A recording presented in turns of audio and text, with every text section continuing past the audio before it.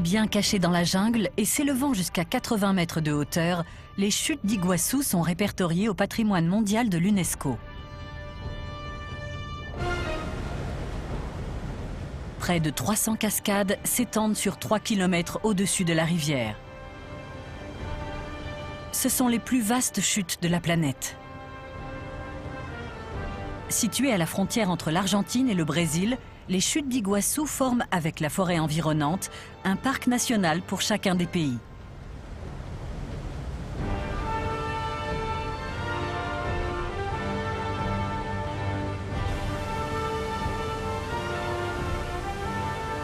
Jour après jour, les cascades déversent 150 millions de tonnes d'eau.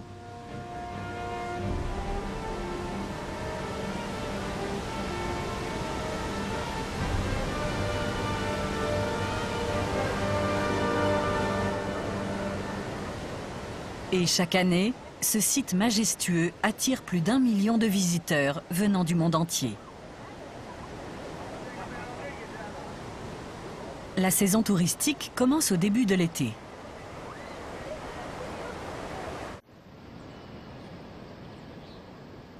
Une fois ces derniers partis, un autre spectacle s'offre à nous. Au-dessus des chutes, au crépuscule, des silhouettes sombres dégringolent du ciel.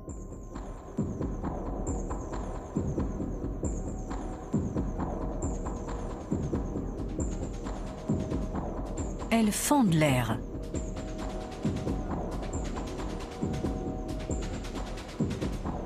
On dirait presque des boomerangs. Mais de quoi s'agit-il ?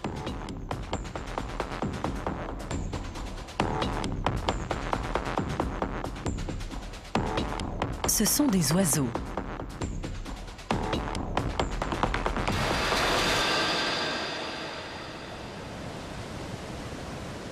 Ils disparaissent dans le bassin.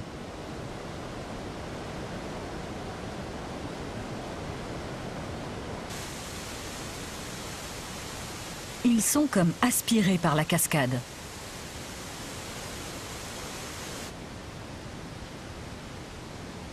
Dès qu'une volée d'oiseaux atteint les chutes, une nouvelle nuée envahit le ciel. Ils sont plusieurs milliers.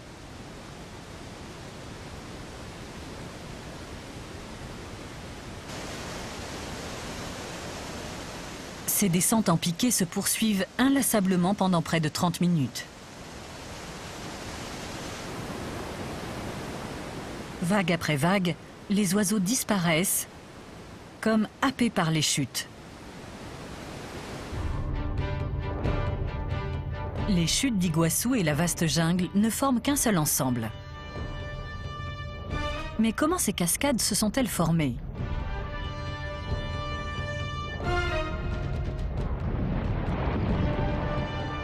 Il y a plus de 100 millions d'années, de grosses quantités de magma se sont déversées sur le sol environnant, créant une vaste plaine.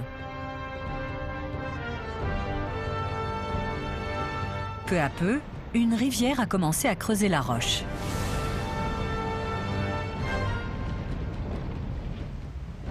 Puis une deuxième qui est allée se déverser dans la première. C'est la naissance des chutes d'Iguassou. Au fil du temps, l'eau a continué à creuser la roche tendre. Puis, à 23 km du confluent des deux rivières, le cours d'eau s'est élargi et a pris la forme qu'on lui connaît aujourd'hui. Les chutes continuent de remonter la rivière à raison de quelques centimètres par an.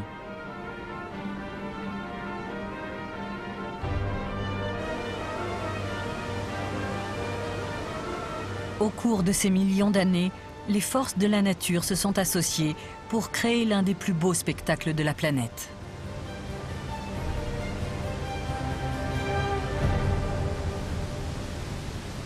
Les chutes produisent continuellement de grandes quantités d'embruns. Ce sont ces embruns qui permettent d'observer les arcs-en-ciel qui ont rendu le site célèbre.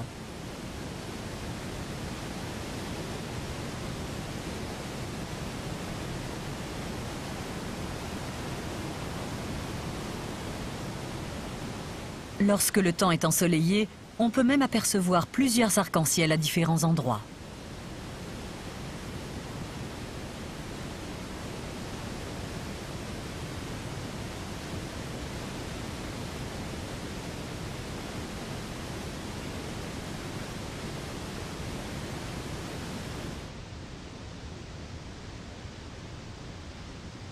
Et ils sont visibles de très loin.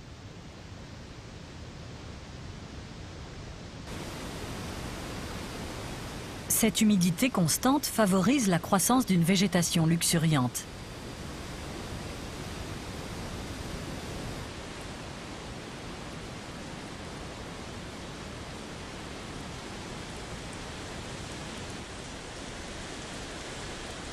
Les fines gouttelettes tombent comme une pluie incessante. Dans la forêt, le taux d'humidité varie de 70 à 90%.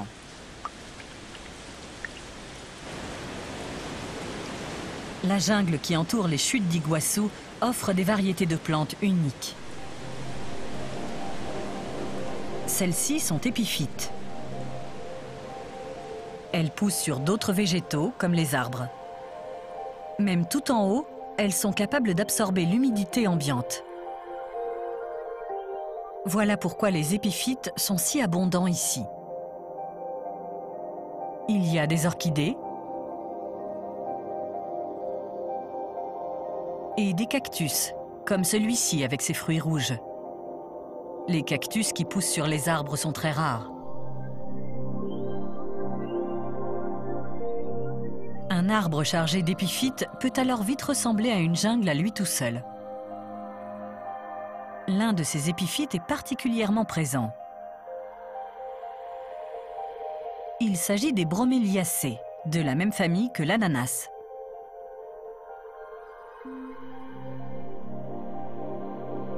Les broméliacées stockent les embruns et la pluie dans de petits réservoirs à la base de leurs feuilles.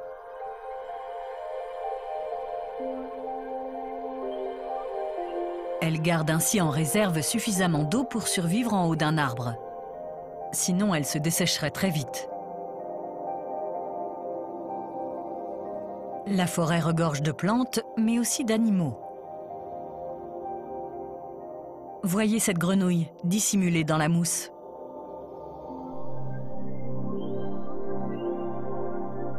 Il existe 40 espèces connues d'amphibiens dans cette forêt.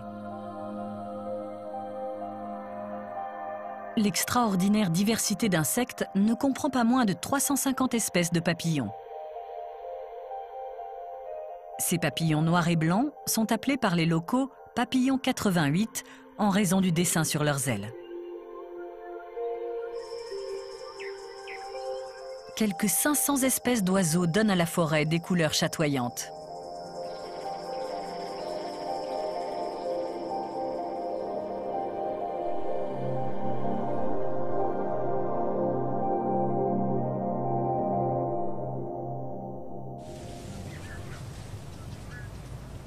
De drôles de petits sacs sont suspendus aux arbres. Ce sont des nids d'oiseaux. Voici l'un des résidents, un cassique cul-rouge. Il a les plumes du dos rouges et il fait 24 cm de long. Ces oiseaux suspendent leur nid en hauteur pour protéger leurs œufs des singes et des aigles. En 4 ou 5 jours, avec l'aide de leur bec, quelques brins d'herbe et beaucoup de dextérité, ils tissent un nid long de 50 cm.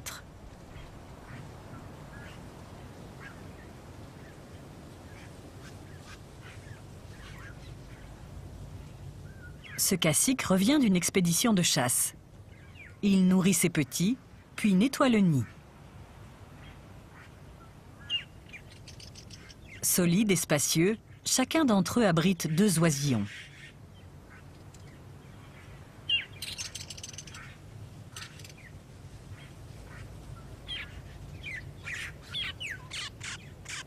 Les parents n'ont de cesse de nourrir leurs petits, dotés d'un appétit féroce.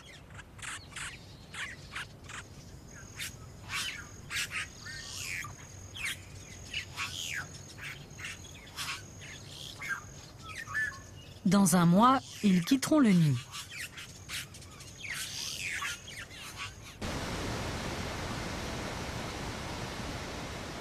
La forêt enveloppant les chutes d'Iguassou renferme également une centaine d'espèces de mammifères. De petits animaux courent sur l'herbe.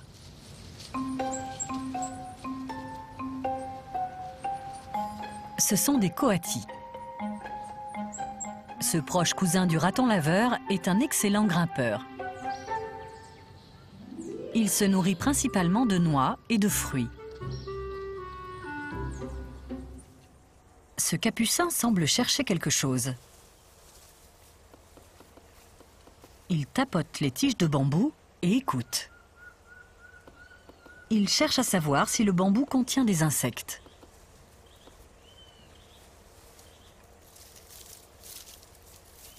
Si le son est différent, le capucin se jette sur la tige et l'éventre.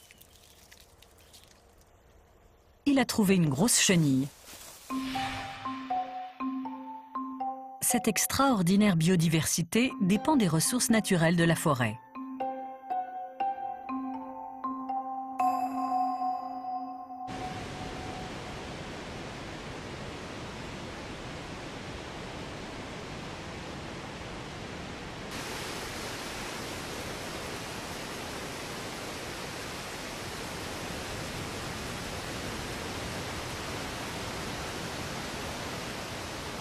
Derrière les chutes d'eau, les martinets à tête grise élèvent leurs petits du printemps à l'été.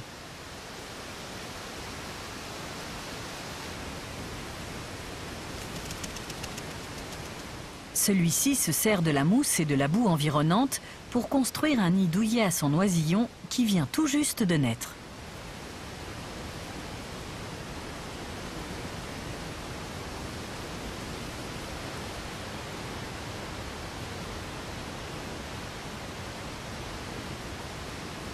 Ils pondent en général un œuf à la fois et s'occupent ensuite de leurs petits pendant 6 semaines. Ils adossent leur nid à la paroi où ils les installent dans de petites cavités rocheuses, parfois à portée des embruns.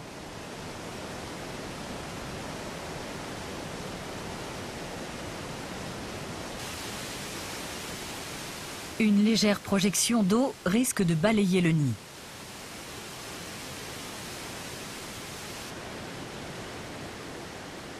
Mais ils ont une bonne raison d'élever leurs petits ici.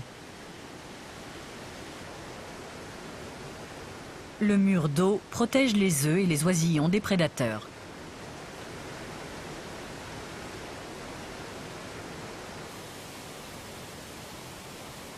Les chutes sont situées au beau milieu de la forêt tropicale qui regorge de créatures en quête de nourriture.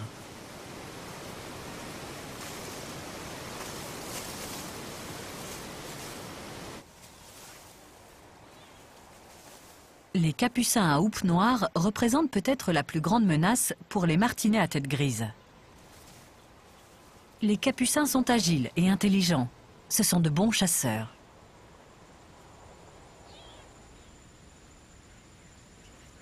Les toucans aussi sont de talentueux prédateurs. Dans cette colonie de caciques cul-rouge, les toucans ont la technique. Ils plongent leur long bec pour attraper les œufs au fond du nid.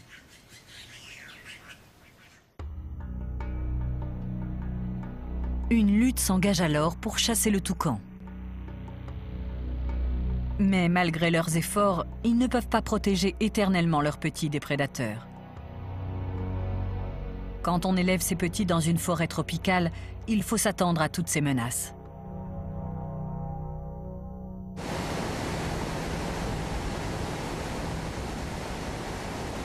À première vue, les impressionnantes chutes d'Iguassou semblent ne se laisser approcher par aucune créature.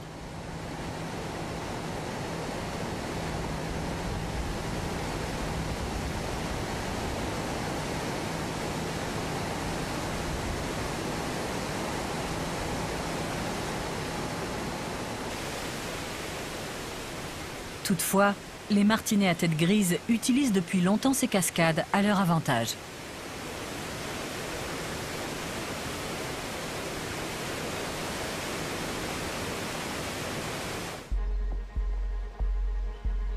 Ils foncent droit sur les chutes et en ressortent comme si de rien n'était.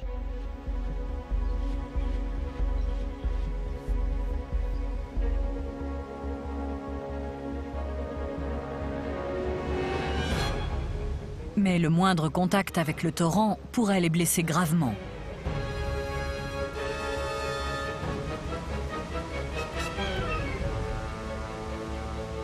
Certains oiseaux font même demi-tour à la dernière seconde.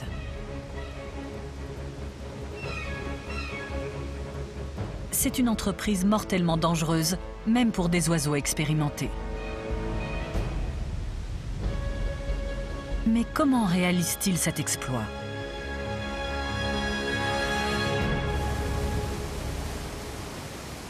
Eduardo Militello observe les martinets à tête grise depuis près de 20 ans.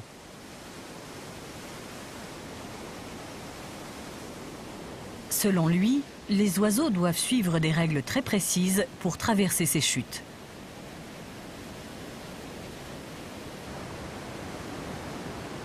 Apparemment, ils sont attirés par des endroits bien spécifiques.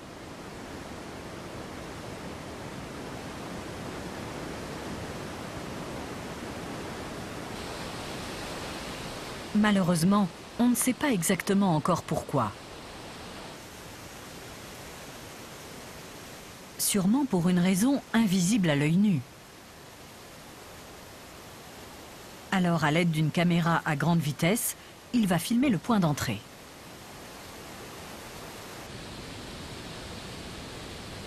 Comme chaque soir, une nuée d'oiseaux se presse au-dessus de la cascade. Ils plongent d'abord en piqué. Vont-ils se servir de leur élan pour traverser la colonne d'eau?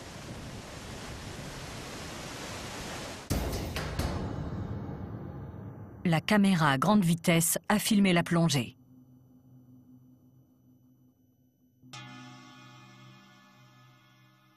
Alors que l'oiseau descend à toute vitesse vers le bassin, tout à coup, il change de direction et commence à remonter la cascade.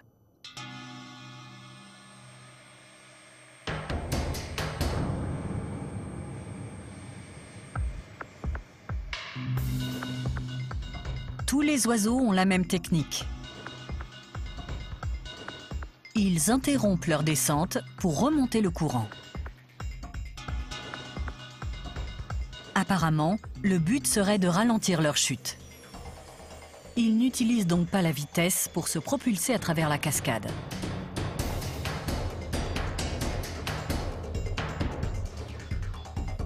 Mais alors, pourquoi ralentir ?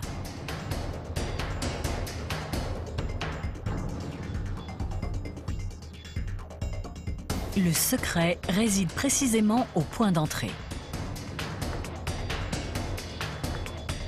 Lorsqu'on y regarde de plus près, on s'aperçoit que l'oiseau traverse la cascade à l'endroit où il y a le moins d'eau.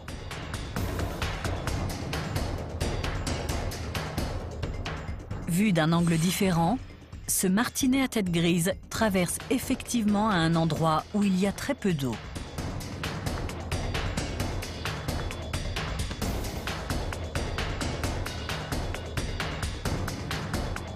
Les oiseaux ne traversent donc pas l'épaisse cascade en trombe en y allant au petit bonheur la chance.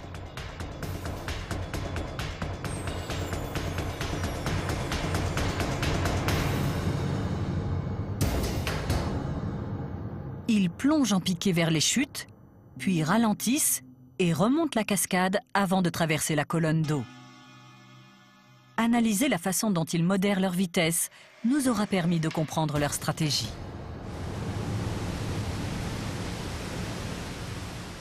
Des vents violents soufflent sur les chutes. L'air ambiant est comme aspiré par les torrents.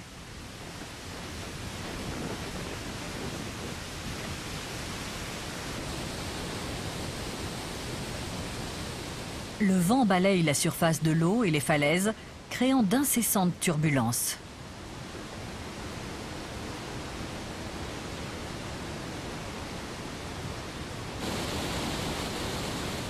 Les oiseaux auraient bien du mal à s'approcher des chutes en volant normalement.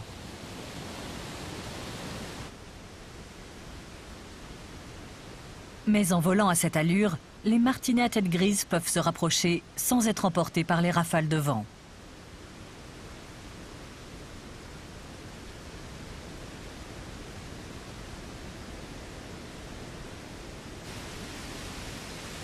Mais dans cette brume, comment savent-ils où il faut traverser?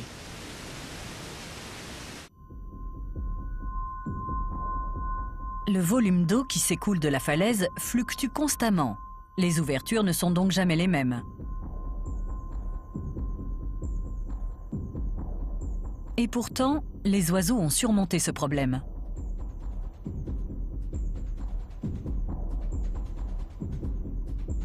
Leur vivacité d'esprit leur permet d'évaluer les changements de flux en temps réel et d'ajuster leur trajectoire en conséquence.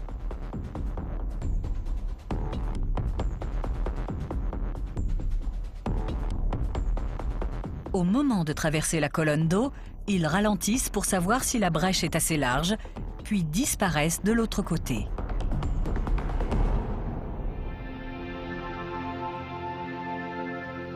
Ces oiseaux ne mesurent que 18 cm de long.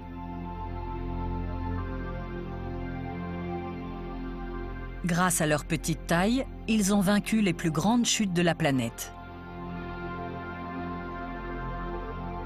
Les martinets à tête grise étant les oiseaux les plus rapides au monde, eux seuls auraient la capacité d'accomplir un tel exploit.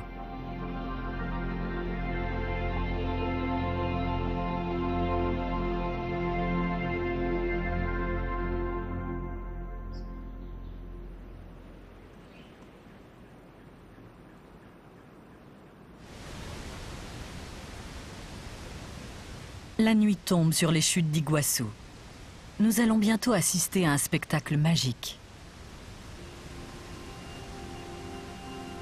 C'est la pleine lune.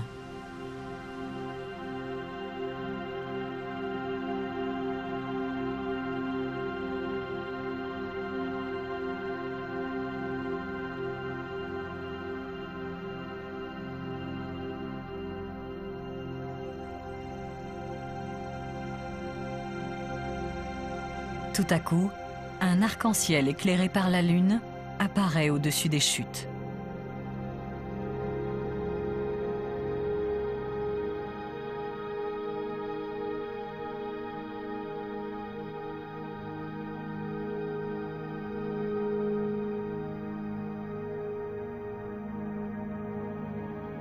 Le vaste nuage d'embrun qui s'élève des chutes d'Iguassou donne naissance à un arc-en-ciel en pleine nuit.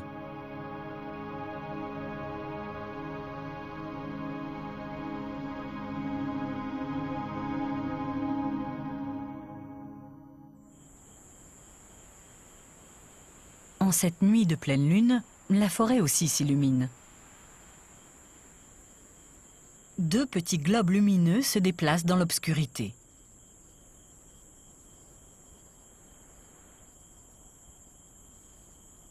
Ces scarabées produiraient de la lumière pour favoriser leur reproduction. Mais on n'en sait pas plus.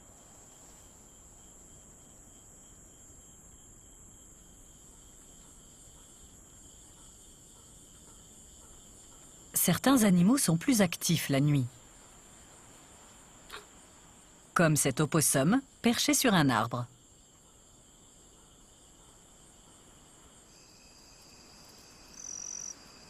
L'opossum est le seul marsupial présent en Amérique du Sud. Il possède une poche ventrale pour transporter ses petits.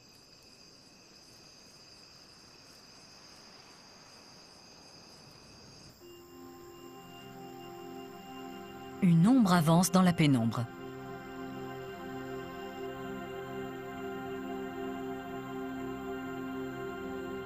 Il s'agit d'un tapir du Brésil, un grand herbivore.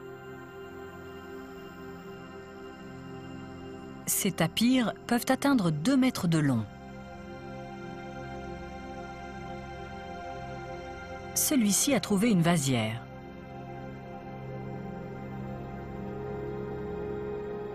Il se nourrit d'argile pour les minéraux essentiels qu'elle contient, comme le sel.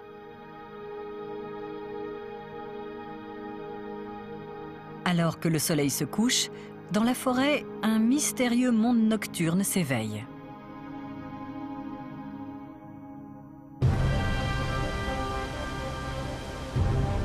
Chacune des 300 cascades qui forment les chutes d'Iguassou est unique.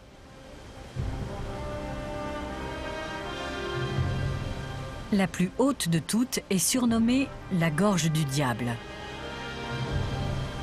L'eau tombe en cascade à plusieurs endroits et plonge dans le bassin en contrebas. Selon une légende locale, le diable aurait élu domicile dans ces chutes. On aurait donc pour habitude de ne pas trop s'en approcher. Aujourd'hui, pour les visiteurs, cette gorge du diable constitue le clou du spectacle. Voici les chutes Saint-Martin. Ce sont les deuxièmes plus grandes cascades du site.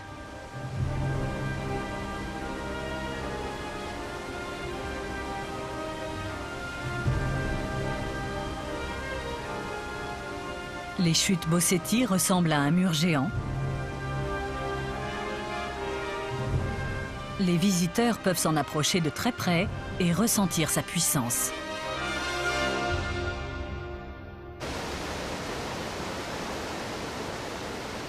C'est un monde dominé par des courants torrentiels et un bruit assourdissant.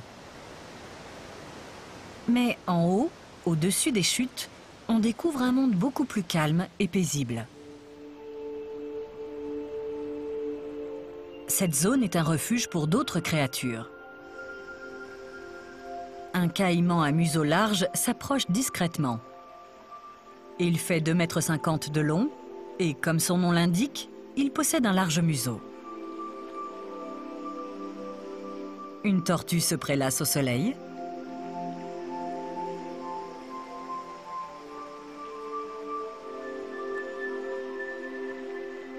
Ce lieu attire aussi beaucoup d'oiseaux aquatiques. Les eaux calmes facilitent la pêche.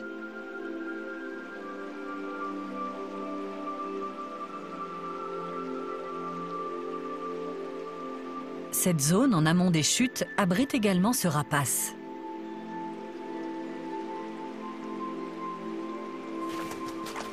Il plonge et attrape un escargot. C'est un milan des marais. Il se nourrit presque exclusivement d'escargots. L'évolution l'a muni d'un outil idéal, un bec courbé. Il commence par retirer la membrane protectrice de l'escargot, puis il plonge son bec dans la coquille pour en extraire la chair avec beaucoup de dextérité.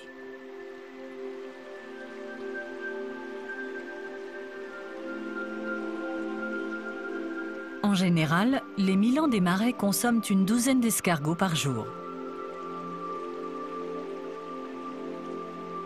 Les escargots sont faciles à repérer dans ces eaux peu profondes.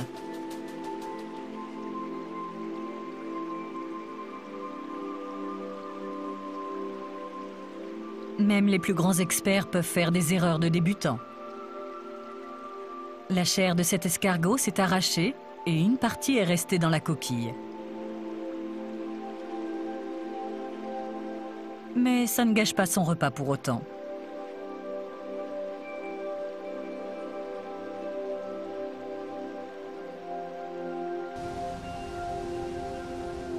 Ce monde calme et silencieux semble à des années-lumière des cascades rugissantes. Ces deux facettes contrastées contribuent à la biodiversité de la région.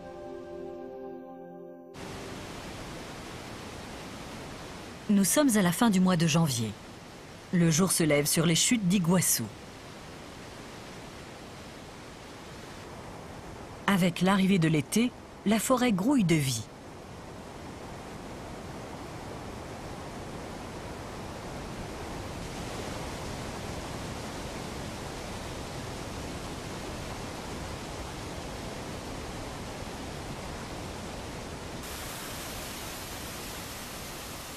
Les martinets à tête grise affrontent un autre jour.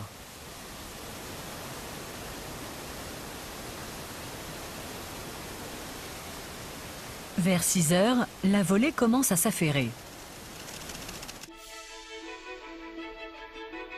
Les martinets prennent leur envol. Les uns après les autres, ils quittent la paroi rocheuse pour traverser la cascade.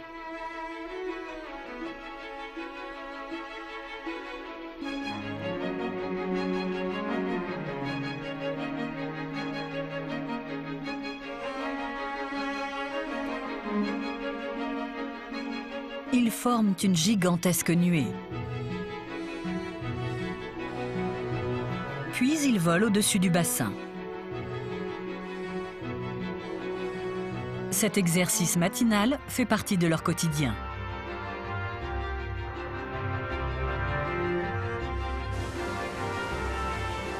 « 30 minutes plus tard, ils retournent sur leur perchoir.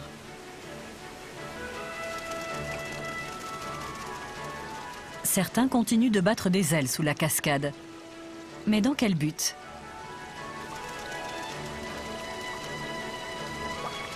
Ils font leur toilette matinale. Les chutes leur servent de douche et leur permettent de se débarrasser des parasites et des saletés. Et leurs griffes acérées leur permettent de s'accrocher fermement à la falaise. Mais leurs ailes restent sèches.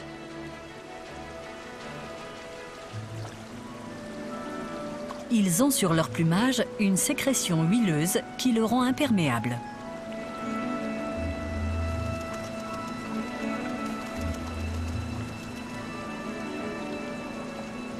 Et ils en profitent pour s'abreuver directement à la source. Leur vie entière tourne autour des chutes. La nuée reprend son envol. C'est l'heure de passer à table.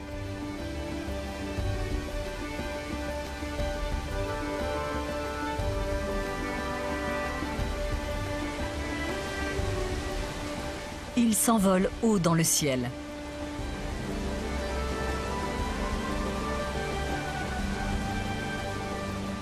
Les martinets à tête grise parcourent plusieurs centaines de mètres pour se nourrir. Ils ouvrent grand leur bec pour attraper des insectes volants comme les moustiques.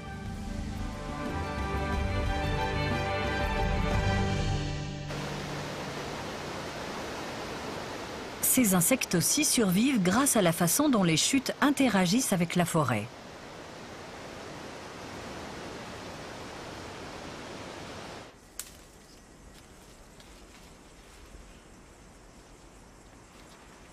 Cet homme est un expert en moustiques. Mais qu'est-ce qu'il fabrique?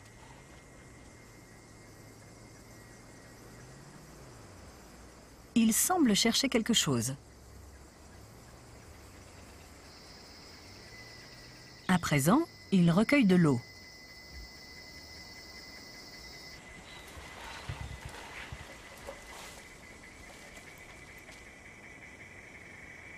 Cette eau contient des larves de moustiques. En fait, il cherchait des larves dans les flaques d'eau formées au creux des arbres.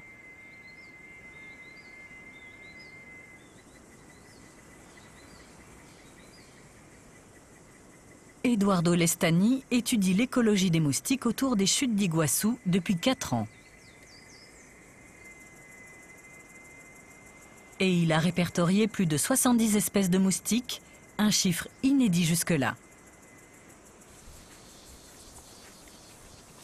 En effet, on se rend vite compte que les moustiques sont nombreux par ici. Ils sont partout.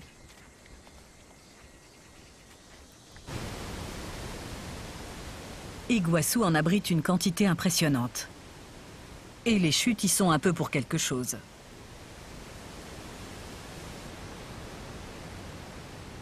D'innombrables flaques d'eau apparaissent autour des chutes.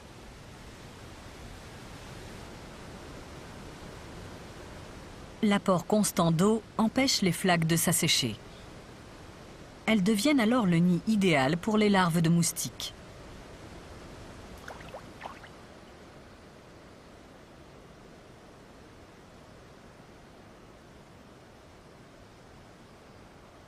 Cette flaque abrite même un tétard.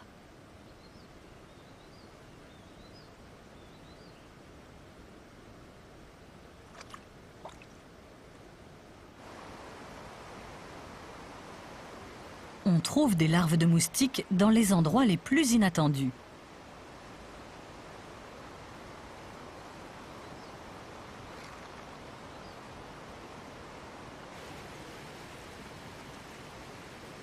Et même entre les feuilles de cette broméliacée épiphyte.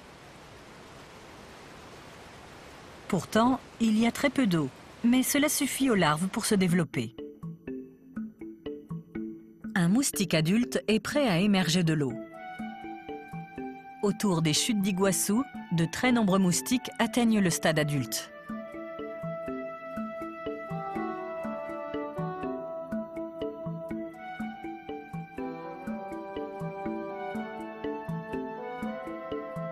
Les innombrables flaques d'eau permettent aux moustiques de nourrir les martinets à tête grise.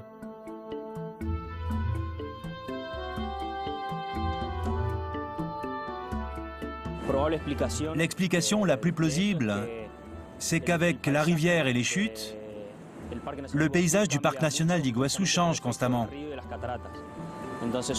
Du coup, l'environnement est très diversifié. À un endroit, on aura une jungle dense, et un peu plus loin, il n'y aura plus que de la roche. Voilà pourquoi il y a tant d'espèces de moustiques différentes dans une zone aussi petite. Les chutes créent un courant ascendant qui transporte les petits insectes vers le ciel, là où les martinets à tête grise pourront s'en délecter. Les martinets dépendent des chutes à la fois pour se nourrir et se protéger de leurs ennemis.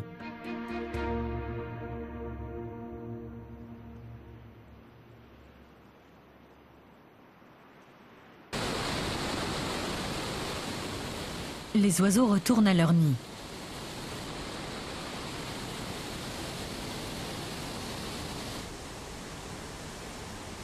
Et ils étaient très attendus. Ils nourrissent leurs petits avec des centaines d'insectes compressés en boules. Les parents élèvent ensemble leur unique petit avec grand soin.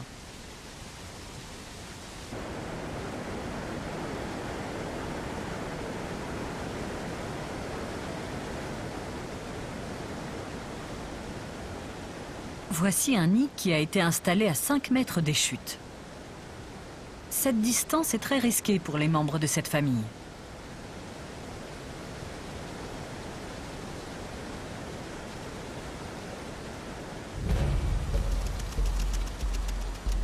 L'oisillon est seul dans son nid. Tout à coup, un gros lézard apparaît et commence à s'approcher furtivement. L'oisillon n'a pas conscience du danger.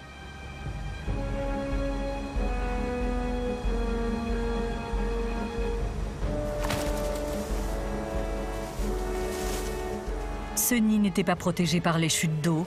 Le lézard a donc pu facilement s'y introduire.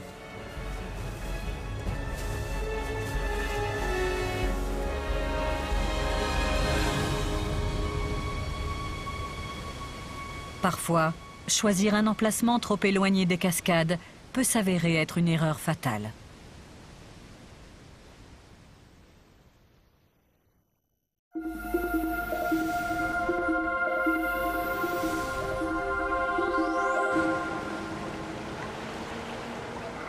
L'été bat son plein aux chutes d'Iguassou. La température moyenne dépasse les 30 degrés.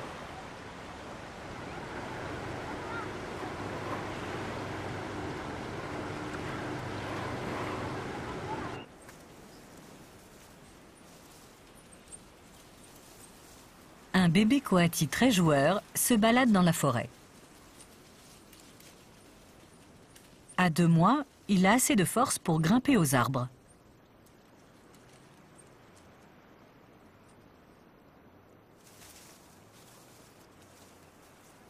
Il a aussi appris à trouver de la nourriture. Quand il aura environ 1 an, il quittera le cocon familial. Mais avant, ses parents doivent lui enseigner toutes les techniques de survie.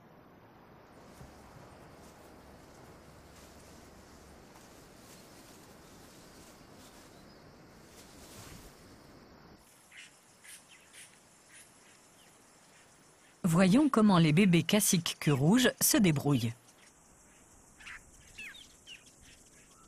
Ils commencent à être un peu à l'étroit dans leur nid.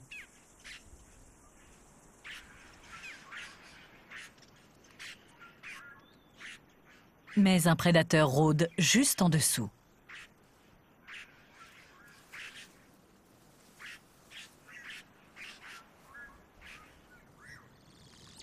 C'est ce même lézard qui a attaqué le petit martinet à tête grise.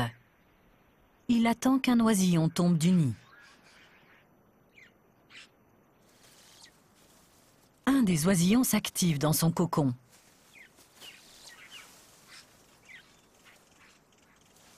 Le nid semble sur le point de tomber. Ça y est.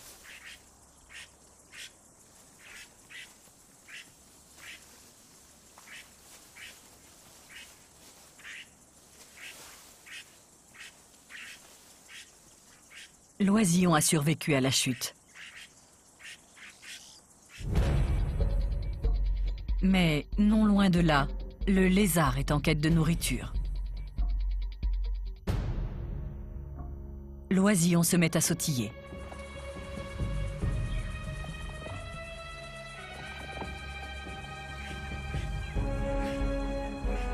Il se cache dans les herbes hautes.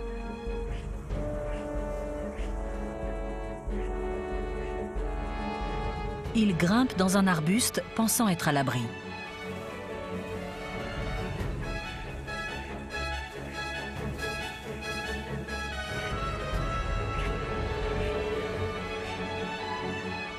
Ses parents comprennent qu'il se passe quelque chose et ils se mettent à chercher partout leurs petits.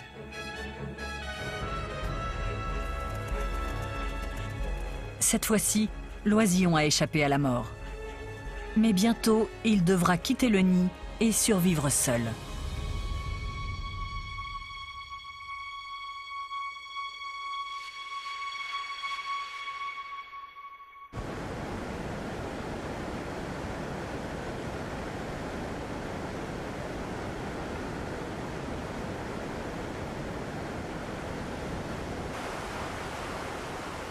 Derrière les chutes, les jeunes martinets à tête grise sont eux aussi prêts à voler de leurs propres ailes.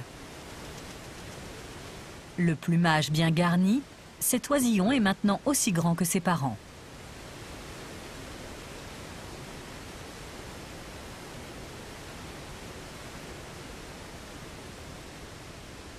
Il ne pourra rester que quelques jours encore auprès d'eux.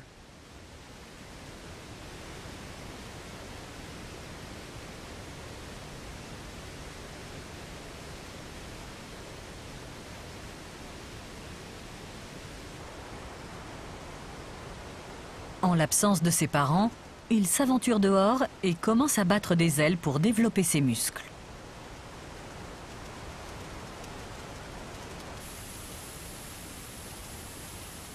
Au bas de la falaise, le terrible bassin gronde. Un seul faux pas et l'oisillon risque de faire une chute mortelle. Il perd l'équilibre et s'éloigne de son nid.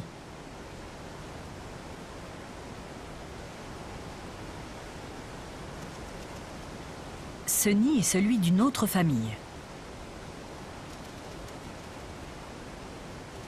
L'oisillon n'est pas le bienvenu, mais il réussit à esquiver l'attaque. Cette fois-ci, il essaie maladroitement d'escalader la falaise. Mais il tombe sur un autre nid.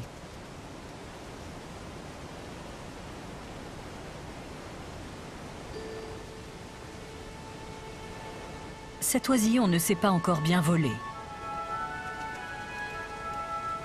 Les chutes le protègent tout en lui compliquant la tâche.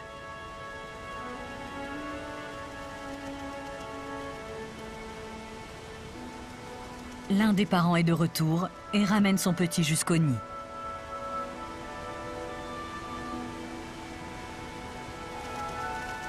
Un tel comportement a déjà été observé chez ces oiseaux. D'habitude, quand les petits ont cet âge, les parents les poussent à quitter le nid. Mais des oisillons élevés derrière les chutes ne peuvent pas se permettre de commettre la moindre erreur. Ces parents sentent peut-être que leur petit n'est pas prêt à partir.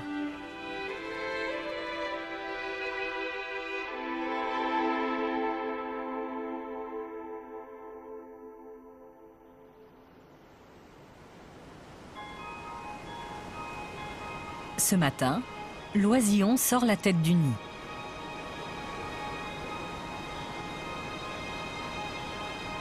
et regardent le monde extérieur avec curiosité.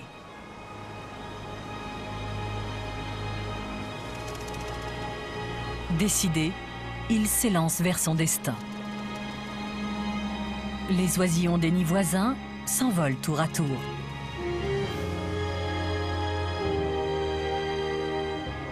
Ils traversent la chute d'eau et découvrent le monde pour la première fois.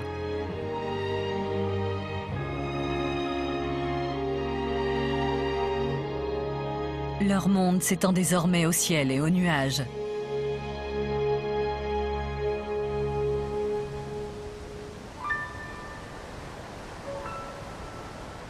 Les chutes d'Iguassou forment un puissant rideau entre l'Argentine et le Brésil. Les torrents dégagent une énergie qui permet de faire vivre des milliers de plantes et d'animaux.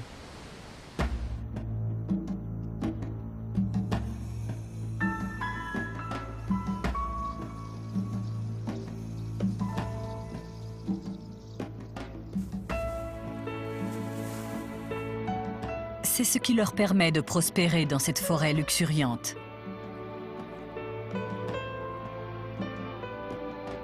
Et c'est aussi ce qui garantit cette extraordinaire biodiversité.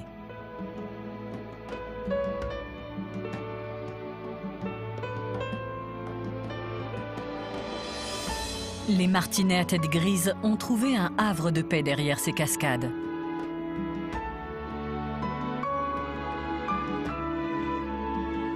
Ils ont su tirer parti des immenses chutes pour survivre.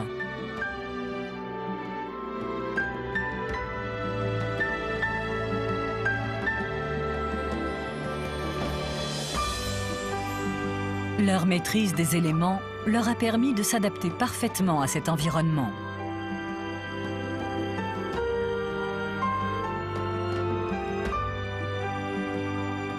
Les chutes d'Iguassou continuent d'être une source d'énergie qui fait la richesse de cette réserve naturelle.